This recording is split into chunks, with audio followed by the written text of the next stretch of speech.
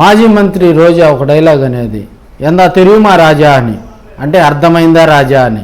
ఇప్పుడు జగన్కు అర్థమైనట్టుంది.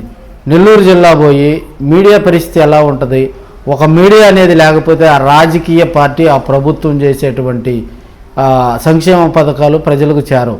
ఇదే గత మెయిన్గా జగన్మోహన్ రెడ్డి ఓడిపోవటానికి కారణం మీడియా. ఎందుకంటే ఇతను పబ్లిక్ మీటింగ్లకు కానీ ఇతనికి సంబంధించి రివ్యూల విషయంలో కానీ వైసీపీ ప్రభుత్వ హయాంలో గత వైసీపీ ప్రభుత్వంలో కూడా మంత్రులు రివ్యూలు చేసిన, ఎమ్మెల్యేలు రివ్యూలు చేసిన, ఎమ్మెల్యే ఏదైనా సంక్షేమ కార్యక్రమాలు పెట్టినా వీళ్ళు మీడియాకు చెప్పరు, వీళ్ళు మీడియాతో మాట్లాడరు. మనం వాళ్ళ ఇంకిటి పడాలి, అయ్యా విషయం చెప్పండి ఏందని చెప్పి. అంత అవసరం మీడియాకు రాలా. జగన్మోహన్ రెడ్డి 5 సంవత్సరాలు సీఎంగా చేసినప్పుడు నాకు తెలిసి 4-5 ప్రెస్ మీట్లు మాత్రమే జగన్మోహన్ రెడ్డి నిర్వహించడం జరిగింది. మిగతాదంతా సజ్జల రామకృష్ణారెడ్డి, విజయసాయిరెడ్డి వీళ్ళే మాట్లాడతారు. అదేమంటే బూతుల మంత్రులు వచ్చి మాట్లాడతారు. ఇప్పుడు ఏమైంది? ఇప్పుడు బహిరంగ ప్రదేశాల్లోకి కెమెరాలు తీసుకొని media persons not allowed, only రిపోర్టర్స్ని అలౌ చేస్తారు. కానీ చంద్రబాబు నాయుడు ప్రభుత్వం కొలువుదీరిన తర్వాత వీటన్నిటికీ చెక్కు పెడుతూ మీడియాకు అధిక ప్రాధాన్యత ఇస్తూ వాళ్ళు చేసేటువంటి సంక్షేమ కార్యక్రమాలు, వాళ్ళు చేసేటువంటి తనిఖీలు అయితే ఇవన్నీ కూడా తెలుగుదేశం ప్రభుత్వం మీడియాకు అధిక ప్రాధాన్యత ఇవ్వడం జరిగింది. ఈరోజు నెల్లూరు జిల్లాలో పర్యటించినటువంటి జగన్మోహన్ రెడ్డి నెల్లూరు జిల్లా జైలుకి వెళ్ళి అక్కడ పిన్నెల్లి రామకృష్ణారెడ్డిని కూడా పరామర్శించడం జరిగింది. అక్కడ ఆయన మీడియాతో మాట్లాడడం జరిగింది. నాకు తెలిసి అక్కడ కూడా ఆయన మీడియాతో మాట్లాడకుండా మన సజ్జల రామకృష్ణారెడ్డిని కానీ మాట్లాడిస్తే పోయేది. లేదంటే అక్కడ విజయసాయిరెడ్డి ఉన్నాడు కదా, నెల్లూరులో పోటీ చేసి ఓడిపోయి, ఆయన చేత మాట్లాడిస్తే పోయేది. ఈయన మాట్లాడకుండా.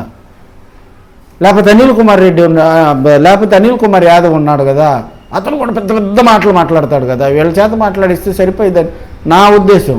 ఎందుకంటే వీళ్ళు గతంలో సీఎం స్థాయిలో ఉన్నటువంటి వ్యక్తి, అత్యున్నత పదవిలో ఉన్న వ్యక్తి మీడియాతో మాట్లాడాలి.